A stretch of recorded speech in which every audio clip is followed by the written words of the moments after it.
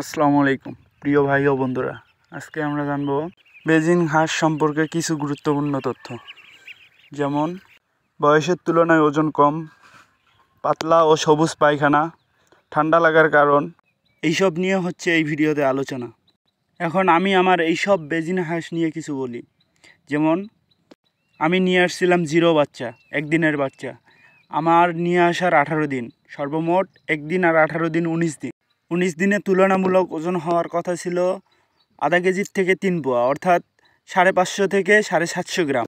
আর এখন আমার এই 19 দিনের বাচ্চার ওয়েট গড়ে 200 গ্রাম, অর্থাৎ অর্ধেকেরও অনেক কম।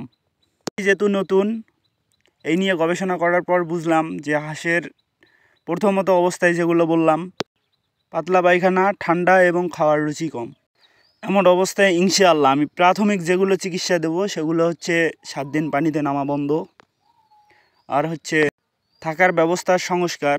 যেমন আমি করেছি, আগে ছিল মাচার উপরে দিয়ে রাখতাম। আর আমার প্রথম ভুল ছিল, সেটা হচ্ছে 12 দিন বয়সে আমি পানিতে ছেড়েছিলাম। এইভাবে পানিতে ছিল ওরা, পানিতে মাটি, কাদা এবং আরও অন্যান্য কিছু খেয়ে এদের ভিতরে ইনফেকশন হয়েছে, যেগুলো বুঝলাম। এখন বিস্তারিত কিছু আলোচনা করি। যেমন 19 দিনে 200 গ্রাম, তুলনামূলকভাবে কম, পাতলা ও সবুজ পায়খানা, অর্থাৎ হজম ও লিভারের সমস্যা। পানিতে ছাড়া হয়েছে 12 দিন বয়স থেকে, ঠান্ডা লাগতে পারে। কারণ যা হতে পারে: অপুষ্টি, পানিতে ঠান্ডা, খাবার হজম না হওয়া, লিভার ও অস্ত্রের ইনফেকশন।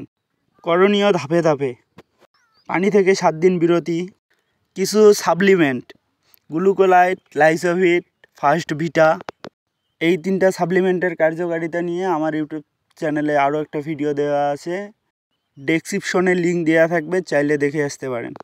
অতিরিক্ত করণীয়: রোদে বসানো, পরিষ্কার পরিবেশে রাখা, খাওয়ার আগ্রহ ঠিক রাখা। এই 3টি সাপ্লিমেন্ট খাওয়ানোর নিয়ম, 3টি একসাথে খাওয়াবো আমি। 1 লিটার পানিতে গ্লুকোলাইট 5 গ্রাম, লাইসোভিট 1 গ্রাম, ফার্স্ট ভিটা 1 গ্রাম, ইনশাআল্লাহ।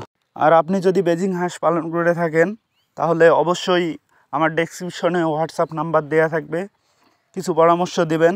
আর কোনো যদি সমস্যায় পড়েন, তাহলে ইনশাআল্লাহ জানাবেন, সমাধান দেওয়ার চেষ্টা করব ইনশাআল্লাহ।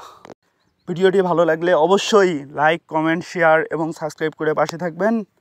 ইনশাআল্লাহ দেখা হবে পরবর্তী কোনো ভিডিওতে। আল্লাহ হাফেজ।